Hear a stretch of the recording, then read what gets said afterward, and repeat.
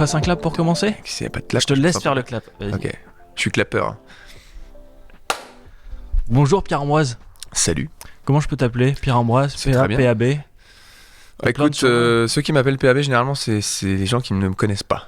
Donc, Ça me dérange pas pour autant, mais c'est typique de et les gens qui te connaissent ? Pierrot, Pierre-Ambroise. Pierre-Ambroise, de plus en plus. Comme si les gens l'assumaient. Moi, je l'assume depuis longtemps, mais tu vois, ils osaient pas, c'est trop long pour eux peut-être. Au Pierre-Ambroise, on est dans un cadre plutôt sympathique ici à La Rabine. Ouais, À Vannes. un stade vide, ça fait toujours Un bizarre. stade vide, c'est un petit peu bizarre, oui, parce que c'est plein juste à côté pour l'ultramarin que t'as découvert ce week-end. Ouais, T'en penses quoi de cet événement ? bah c'est fou comme événement. C'est vrai que j'avais jamais entendu parler de cet événement. On m'a même dit qu'il y avait des Vannetais qui ne connaissaient pas l'événement alors qu'ils se calment les Je sais pas locaux. qui t'a dit ça. Ah, si, tout à l'heure, franchement. Écoute, c'est un monde tellement différent du mien. Je suis pas dans le jugement du tout, mais en fait, on se côtoie pas. Si tu veux, les trailers, nous... Alors que c'est un petit peu dans le même... C'est de la course en montagne pour moi, en fait. C'est dès que tu pars en vacances, tu vas faire une petite randonnée. Moi, c'est ça. Sauf que il y a vraiment des gens qui... C'est leur métier, en fait, évidemment. Et là, c'est ce qui m'a choqué le plus. Le mec, il vient de finir l'Ultra Trail et en fait, j'ai appris que c'était 11,5 de moyenne, quoi. Donc les gens, je pense, ne peuvent même pas se rendre compte de l'effort que c'est. Déjà, de faire un footing d'une heure entre 11,5 et 12,5, c'est déjà voilà, un petit truc sympa. Mais faire 175 bornes de ce truc-là avec du sable et compagnie, enfin, c'est inhumain. Faut vraiment avoir une passion énorme pour faire ça. Et cette phrase venant d'un pro, d'un champion, évidemment, peut-être que les gens vont vraiment comprendre ce qu'est l'ultramarin. Le vrai, tu as été voir sur le port quelques arrivées ? Ouais, bien sûr. Ouais, bah je suis sur je reste les 4 jours, donc je fais des petits allers-retours. J'aime bien l'ambiance, hein, tu vois, les petits fumigènes à la fin et tout. Ils ont essayé de rendre ludique la chose en plus avec le côté relais, qui est quand même la chose les épreuves les plus agréables de l'athlète. Alors moi, c'est le 4x400 par exemple, c'est mon truc, tu vois. Dès qu'il y a un 400 à faire aux interclubs, je suis le premier à pointer, tu vois. Donc Qu'est-ce que tu aimes dans le relais ? bah, c'est ce côté partage qu'on n'a pas vraiment dans notre coin. Alors eux, c'est encore pire puisqu'ils sont pendant des heures tout seuls dans leur bulle. Ça doit pas être évident. Moi, ça dure 800 mètres. Il y a un stade rempli pour la plupart du temps, beaucoup d'énergie. On n'est jamais seul à l'entraînement. Tu vois, c'est vraiment différent. Eux, ils doivent se taper, je sais pas combien de bornes par semaine solo. Enfin, c'est un sport d'aventurier finalement. Alors que moi, c'est presque un sport de spectacle à côté. Est-ce qu'il y a une pression, alors pour toi quand tu fais le relais, mais aussi j'imagine pour ceux de l'ultramarin, quand tu démarres en premier, il y a ton collègue qui t'attend. Il y a une certaine forme de pression aussi. Ouais, je sais pas s'il y a de la pression. En fait, moi, les gens avec qui j'ai parlé depuis le début, sur le stand là de Tonton, c'est plutôt des potes qui faisaient des défis. J'ai même croisé tout à l'heure d'ailleurs ceux qui ont gagné le relais là tout à l'heure. Ouais. Sont des demi-fondeurs en fait. Ils font du 800, 1500. Et c'est des mecs qui ont jamais tapé plus d'une heure et demie de footing, tu vois. Ils se sont retrouvés avec 58 bandes dans les jambes, ils étaient pas prêts pour ça. Et finalement, j'ai pas trouvé chez eux une forme de pression. Au contraire, ils avaient leur appli, alors je sais plus comment ça s'appelle, avec les talkie-walkie là, extraordinaire d'ailleurs, Ouais. cette appli. Et en fait, ils se retrouvaient sur des points comme un peu au Tour de France, tu vois. Et il n'y avait pas l'air d'avoir de pression chez eux en tout cas. Et je pense que si je le faisais avec mes potes, ça serait pas le cas. Non, tu files ton bâton de témoin, t'es juste content d'être arrivé, quoi. C'est ça. Et en plus, il y a une belle arrivée à chaque fois que le relais arrive. C'est plutôt sympa. On ne te verra jamais sur une longue distance ? Ça te plairait jamais d'être sur l'ultramarin ? Jamais dire jamais, mais tout à l'heure, quand on se parlait en off, je te disais que c'était vraiment deux mondes différents. Je le pense encore aujourd'hui. Moi, j'ai ce côté ludique qu'il me faut dans le sport. C'est tu vois, le jeu, là, on est devant un terrain de rugby. C'est d'ailleurs, du reste, mon sport, mon premier sport. Ah ouais ? 5 ans, c'est celui-là que j'ai fait en premier.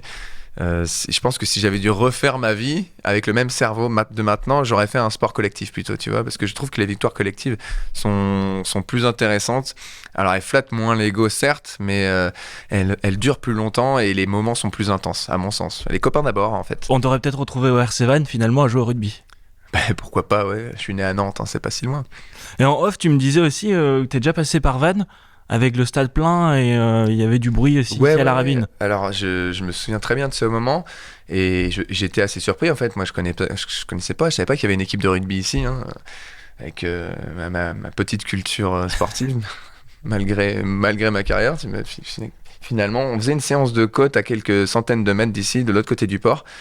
Et donc à chaque essai, certainement, tu vois, ou chaque pénalité marquée, Il y avait du bruit. c'était énorme. Non, mais je trouvais qu'il y avait un engouement, ça résonnait de fou, quoi. Donc assez surpris de l'ambiance, quoi. Pour revenir à l'ultramarin, la longue distance, c'est pas forcément ton truc. Il y a une chose qui te plaît, tu m'as dit, c'est partir de nuit. Ouais, absolument. Alors moi, j'ai fait souvent des footings ou des entraînements dans mon coin. Faut pas le dire au coach, mais ils le savent très bien. En fait, moi, mon délire, c'était... la plupart des gens font 10h, 16h30. Je te dis les horaires classiques. Et ben moi, c'était des fois, je me levais à 13h, j'allais à l'entraînement à 14h, et mon deuxième entraînement, il était à 23h. Et t'étais tout seul dans la nuit? Tout seul et tout. Et je sais pas, j'ai une courbe un peu différente de sommeil. C'est pas que j'ai pas besoin de moins, c'est que dans les tranches horaires entre minuit et 3h, moi, je dors pas, jamais. Donc, si tu veux, il faut bien que je fasse des choses. Et c'est le moment, en plus, où dans les plus gros meetings d'AT, les Diamond League, maintenant, avec les canicules et tout, ils mettent des meetings. Tu vois, le meeting de Paris à Charletti, il était à 22h, le 800. 22h30. Et moi, donc ça colle finalement. Ça colle avec ma personnalité, mon tonus musculaire et ça t'apporte quelque chose aussi mentalement d'être seul, d'être dans la nuit? Ouais, moi ça me plairait, tu vois. Alors, je serais pas forcément favorable à faire un effort aussi long, mais par contre, tu vois, le fait de partir de nuit, ça c'est un truc qui me plairait. Être seul, tu vois. Pour moi, la nuit, c'est relié, c'est ça, au calme en fait. Tu fais un petit oiseau de nuit, tu vois, il n'y a pas de compte à rendre aux gens, t'as personne à croiser, je sais pas, tu sais que tu vas être seul, c'est pas dangereux pour moi la nuit. C'est une autre ambiance. Et donc du coup, ça me plairait bien de le faire un jour avec mes potes, ce truc-là. T'étais aussi là au tout début de l'ultramarin pour l'UMGT, la nouvelle épreuve qui se fait par élimination. Énorme. Ça collerait un peu plus à ton profil, non? Ouais, bien sûr, en fait, je sais pas si tu connais le Decastar. Non. Le Decastar, c'est la compétition emblématique pour les décathloniens. Donc, Kevin Mayer, en outre, a battu le record du monde là-bas. Il y a 3 ans, je pense. Il nous avait organisé une course à l'australienne parce qu'en fait, les Australiens, ils sont balèzes pour ça. J'avais déjà vu un meeting d'ailleurs à Melbourne avec Bolt et ils avaient fait des relais un peu atypiques mixtes et j'avais trouvé ça super. Je pense qu'ils devraient rajouter ça en Europe parce que c'est du vrai spectacle. Ouais, il faut du spectacle en fait, sinon les gens vont se faire chier sur un stade d'athlé. Même moi, quand je regarde l'athlé, il y a trop de coupures en fait. Et en fait, ce que vous avez organisé, je dis vous. T'en fais forcément partie un petit peu. Toute l'équipe de l'ultramarin. Voilà, c'est ça. Cette petite course en relais par élimination, c'est ça qui rajoute du piment dans l'événement. Alors, à mon sens, je pense qu'ils devraient faire comme une vraie course à l'australienne, les faire s'arrêter à chaque fois. Tu sais, dans les 400 à la fin. Ok. Parce que en fait, il suffit qu'un mec soit beaucoup plus fort que les autres en seuil. Et il a juste à partir. Une fois qu'il est parti, il est parti. Bah oui, parce qu'il est meilleur sur l'endurance et donc son rythme, il le tient. Tu vois, il est capable de faire un 10 bornes. Le meilleur, là, celui qui a gagné, il fait 30 minutes 10 bornes. C'est bon, il a juste à partir habitué, dès le début.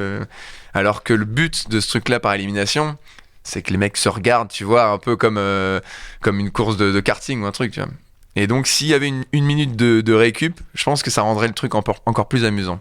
C'est mon point de vue, quoi. Est-ce qu'on pourrait voir Pierre-Ambroise Boss l'année prochaine sur l'UMGT? En fait, si c'est... Oui, complètement. Mais si c'est les mêmes règles, premièrement, j'ai aucune chance de gagner contre ces mecs-là. Et je pense que ça serait vraiment plus amusant qu'on se regarde, qu'on laisse du suspense tous les... Tu vois, on attend le dernier virage pour relancer ça serait vraiment... ça serait marrant, quoi. Champion du monde, en tout cas, du 800 mètres, donc c'est pour ça que je dis ça pourrait coller à ton profil, recordman de France. Ouais. Et puis, les Jeux Olympiques, normalement, l'année prochaine, c'est l'objectif. Si j'y suis, c'est que c'est très bon signe. Ça veut dire que j'ai réussi à revenir. J'ai relevé mon défi. C'est le plus difficile. Y aller à haut niveau, c'est pas facile déjà, mais y rester, ça c'est compliqué. Alors, que ce soit les blessures, le fait de perdre forcément un petit peu de passion au fil des années, c'est ce qui m'est arrivé. Et moi, en fait, ce sont mes amis qui m'ont relancé dans cette énergie. Et aujourd'hui, c'est un de mes plus grands défis. Ouais. Tu dis que tu as eu une perte de passion à cause des blessures, par exemple ? Ouais, par exemple, ça fait partie des choses qui le matin, en fait, quand tu te lèves, tu sais que tu vas avoir mal à l'entraînement. Ça fait 1 an que tu traînes ces petites douleurs. Alors moi, je me plains pas la plupart du temps. Tu vois, je suis quand même content d'y aller, mais des fois, tu mets tes chaussures, tu te dis putain, je vais faire un truc, je vais être moins bon parce que j'ai mal, je vais devoir me chauffer plus longtemps. Et ça, en fait, c'est tous les jours. depuis quelques années. Et je suis pas le seul à vivre ce genre de truc, mais c'est des problèmes de riches, entre guillemets, puisqu'on a quand même un métier où notre métier, c'est de faire du sport. Donc, on n'a pas à se plaindre. Mais en soi, on doit rendre des comptes.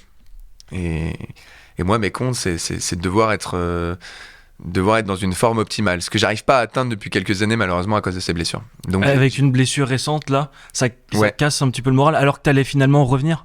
En fait, ce qui s'est passé, c'est que je me suis fait opérer. Donc, je me suis dit, c'est bon, ça sera plus jamais une douleur chez moi, alors que je la traînais depuis quand même 2014.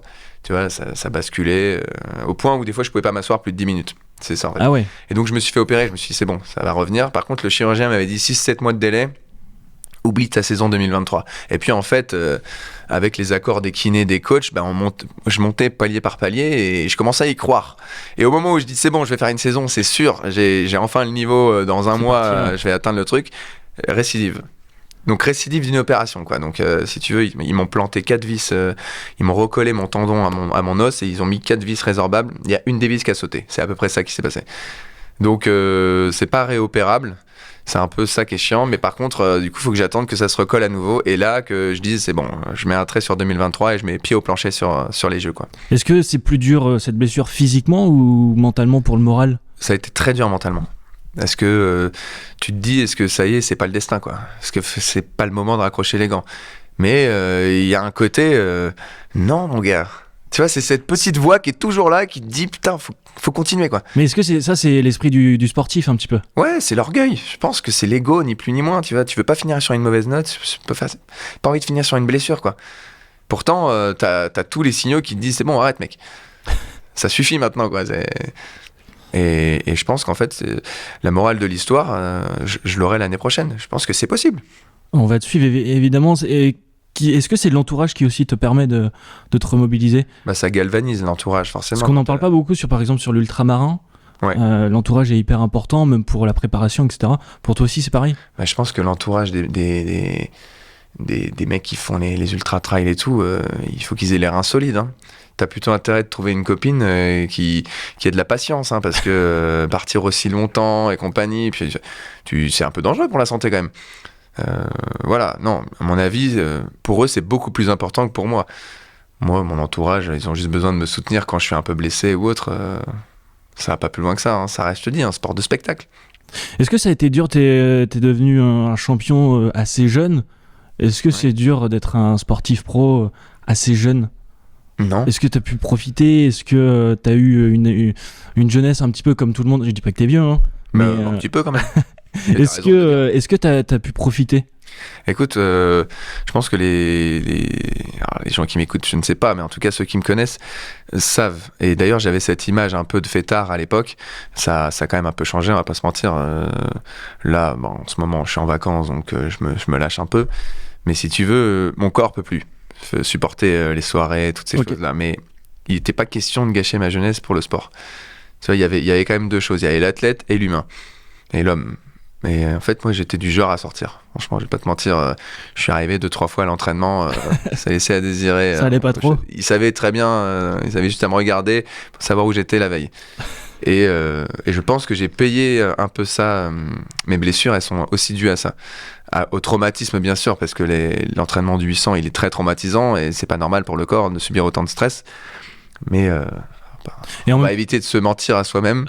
Il y a eu 2-3 accros qui m'ont pas aidé. Si tu t'étais privé aussi de sortir et tout, ça ne l'aurait peut-être pas fait niveau sportif. Voilà, c'est là où je voulais en venir. C'est-à-dire que j'en suis persuadé. C'est ça qui m'a permis aussi d'avoir fait la carrière que j'ai faite. Certains résultats, je les ai eus parce que dans ma tête, j'étais hyper libéré, j'avais pas de frustration. De me dire, putain, mes autres potes là qui n'ont rien à voir avec le sport, je suis jaloux, quoi. Tu vois, parce qu'entre 18 et 25 ans, il s'en passe des choses, quoi. En plus, moi, je découvrais Paris. Voilà, il y avait tout un tas de trucs qui se passent. J'étais en plus, franchement, au lycée, pas ouf, quoi. Sport-études et tout. Donc, vraiment pas le moment pour découvrir la vie, on va dire. On en parle beaucoup sur l'ultramarin, c'est le mental qui joue. On en parle justement, le mental, le moral. Pour toi, c'est comment niveau pourcentage entre... Est-ce que c'est 50-50, 50 de physique, 50 de mental dans le sport ? Non, moi j'aurais tendance à me dire que tout est relié à la passion. Tu vois, si t'es passionné, si t'es à l'écro, les gens qui m'ont le plus impressionné, c'est des gens qui avaient envie de le faire, tu vois, qui lâchent pas. Ça m'impressionne encore, d'autant plus maintenant c'est baigné par la nouvelle technologie, hein, donc t'as beaucoup plus de densité, mais à l'époque ça se voyait encore plus. J'ai tendance à penser qu'on a des qualités physiques, c'est certain. Biologiquement, t'as des mecs qui feront jamais un ultra trail à 11 à l'heure, ça peut pas passer. Tu vois, par exemple, comme moi, je pense que je suis pas capable de faire des distances aussi longues, mon corps me le permet pas. Par contre, il me permet de faire d'autres choses plus rapides, évidemment. Mais j'ai pas non plus la passion pour le faire. Donc j'aurais jamais pu être un ultra trailer, même si j'avais eu ce corps-là, tu vois.